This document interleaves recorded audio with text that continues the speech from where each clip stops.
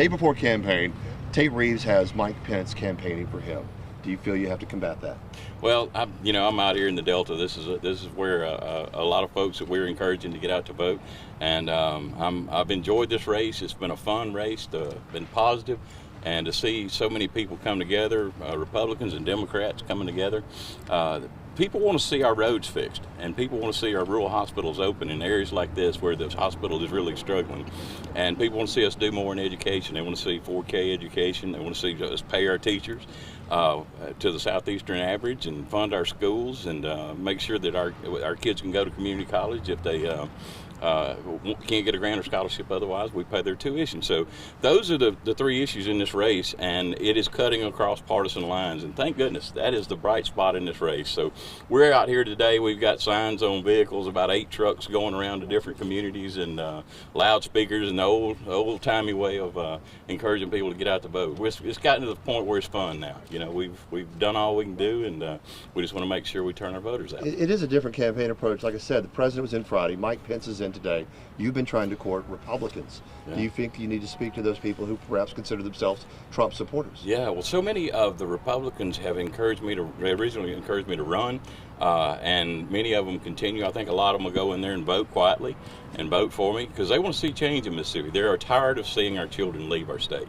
Mississippi's lost more kids the past 6 years of any state in the country, and that's what's driving, I think, just where we're all coming together and wanting some peace and get some things done. So even Republican elected officials, in the legislature, came up to me and encouraged me to run and said, me and my family are for you, but don't you tell it. So we've had fun in this race with it, but it's getting down to the point where I think we're going to see Mississippians come together and we can govern with that kind of coalition. We can do these things.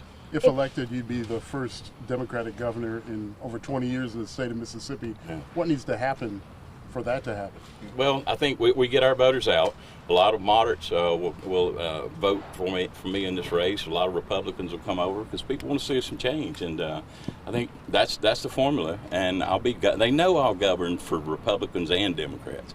Because as Attorney General, for 16 years, I've been able to do that. I mean, I didn't care if a victim was a Republican or a Democrat, and so I think people have seen me for 16 years. They're not going to believe all this talk that they're putting up on TV with all the money that they're spending.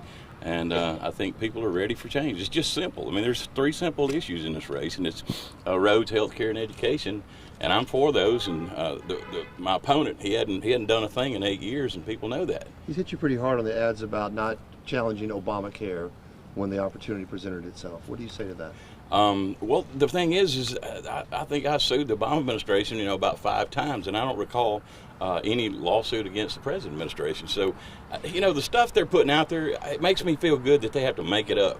I mean, they don't have anything real to run on, and that's what they're doing. They're putting ads on that are with not even a speck of truth. Used to, they'd have at least some little bit of truth to it, but now they're just putting up things that are incorrect, and it's much harder to get stations to take down ads that are lying. Used to, some stations would take them down, but we're doing our positive now. We're trying to show the difference in this race, and I think people are appreciate that. What's the first thing you would do if all goes well tomorrow, as soon as you get into office? The first thing? The first thing, I want to make sure we have a bill introduced so people like you, ladies, would get equal pay. That's the first bill I hope the legislature sends me. Between now and then, though, I want to see us do some committees transition committees that will deal with education. There'll be 2. There'll be one for teachers and teacher pay and school funding, and one just to look at the Department of Education. We need to take a look at mental health. That's a major issue that we've got a lot of things that we need to fix. We'll have transitions in a lot of areas on roads, how we do that. And I'm going to go into the legislature and sit down with them. It's going to be a conservative legislature. So when they try to say, use an L word and try to say something crazy is going to get through or something like what's going on in Washington, that legislature is not going to let that happen. I know what's going to be, what we can do, because I've been over there on the floor talking to Republicans and Democrats, and I'm confident that we can do these 3 things that I've been talking about this whole campaign. I wouldn't have run otherwise. I wouldn't have put my family through all the things in an election if I didn't think we'd win. And secondly, it wouldn't be any fun if you won and you couldn't get something done. So I'm 57. I ain't got that many years left. It's not worth it to me. So there's the recent ruling. Here, chuckling over here. She hopes I got a few more left. I got to get out and make a decent living sometime. Grow up and get a real job, I guess. You know, I've had fun in these. The recent ruling about the popular vote in Mississippi. Do you think that'll have any impact on the election tomorrow? You know, I think it's gonna be tight. Our polling has shown us up 46-42. There's 12% undecided. I think many of them are Waller voters who are not going to tell somebody in the middle of the night on a poll call, but they're going to go in there and quietly vote for us. That gets us to 51-52. A lot of the Republicans that have said that they're going to vote for me, they'll go in and quietly vote. It could get us up over that 54 is about where we would have to be. The judge, I think, has signaled, though, if we land in that between 50 and 54, that will create a situation where the facts support striking that Jim Crow provision, and I think we'll be governor if we get over 50%.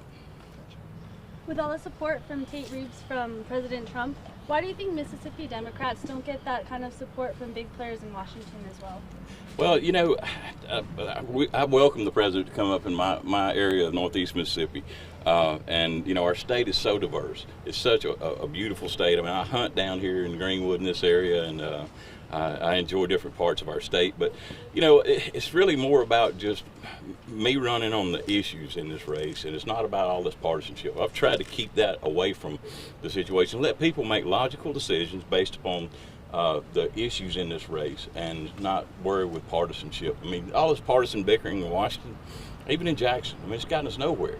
And so we've got to change what we're doing. In any election, no matter how big or small, just the reality, there's always going to be people who don't vote for you. How do you intend to treat those Mississippians if all goes well tomorrow, the ones who did not vote for you? Well, you know, I've run this race to fight for the least among us. That's what I've done as Attorney General, and I'll treat people like I'd want to be treated.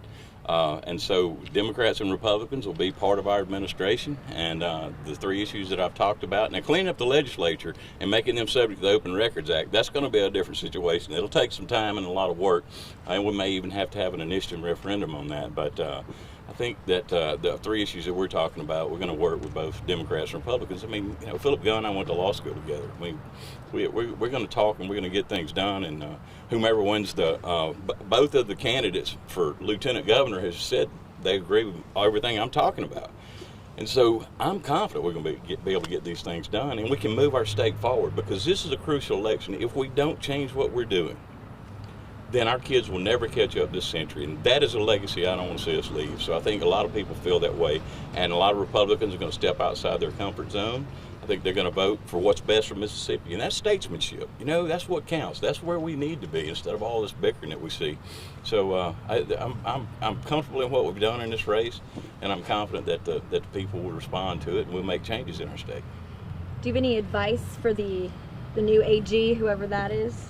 Well, you know, I don't know what's going to happen in that race, but I know that my staff, I met with them 6 weeks ago and sat down and said, let's do a memo from every division as exactly what that division does, so that we're prepared to help in the transition to support whichever candidate wins the AG race. I mean, that office, I've been around it for 30 years. I love the people that work there. I would never want to do anything to affect their job future in that office, and so hopefully both of them either one of them will take care of the folks that are there. Good for me. Well, Last thing, Reeves says your truck's not yours, the one in your ad. yeah, What do you you say about know, that? you know, I hadn't seen it, but someone told me. He says that I didn't pay for it. Well, I wrote the 2 checks. I had to struggle to get the 2 checks, and it's sitting right there. It's cost me $10,300. I mean, you know. So anyway, you know, when they've got to make stuff up, I think people are on to it. I mean, they see this kind of stuff at the end of an election, and they know, you know, they've seen it enough that know that's not true. And so I'm thinking people are seeing through all that stuff. One more question? Yeah. I understood this was your only official campaign event today. Is that correct? Or are you going elsewhere? No, I'm going to go elsewhere from here. Okay. Around the Delta? Yeah, I want to get out our vote here in the Delta. I spent, you know, several days in the hills last week. I've done a lot of work on the coast all summer long. So we just want to make sure we bring attention to people down here in the Delta and encourage people to get out to vote. Real quick, how important is the vote to the people of the Delta for you? Well, you know, people in the Delta are just like up in the hills. I mean, we lost our emergency room in Houston. People that live out in rural areas are worried about their hospital emergency rooms closing. They want to be within 30 miles of an emergency room. That is crucial. And so I think roads and for farmers and people in the Delta. So the roads, healthcare, and education are vital to the Delta, just like other parts of the state. Thank y'all very much. Thank you. Thank you, Margaret. Thank you, Scott, for waiting on me. I appreciate Anything it. for you. Putting me on Thank the y'all live for video. Well, catching it'll up with increase us. my We'll have rating. more in detail for you at 4, 5, and 6 on WJTV at 12 News. Live in Greenwood, I'm Kate Cornell. Talk to you soon. Bye-bye.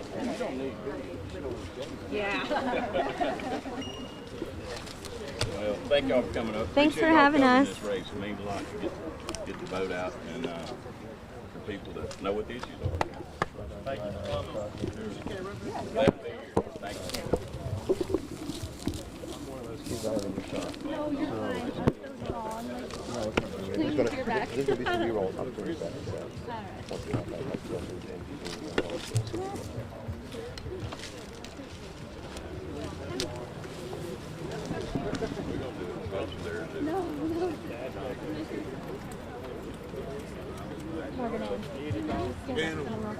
Morgan Ann.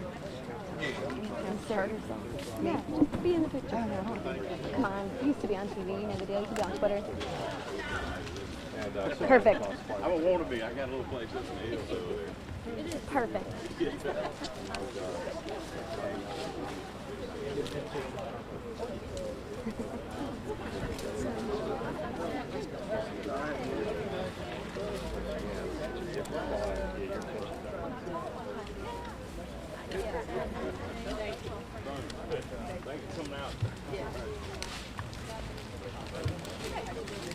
My son was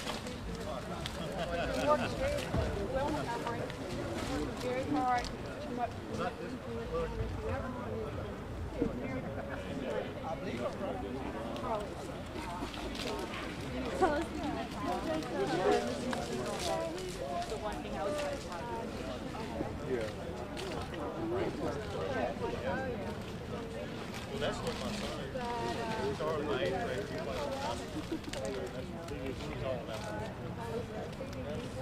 You're right, they won't let me shoot.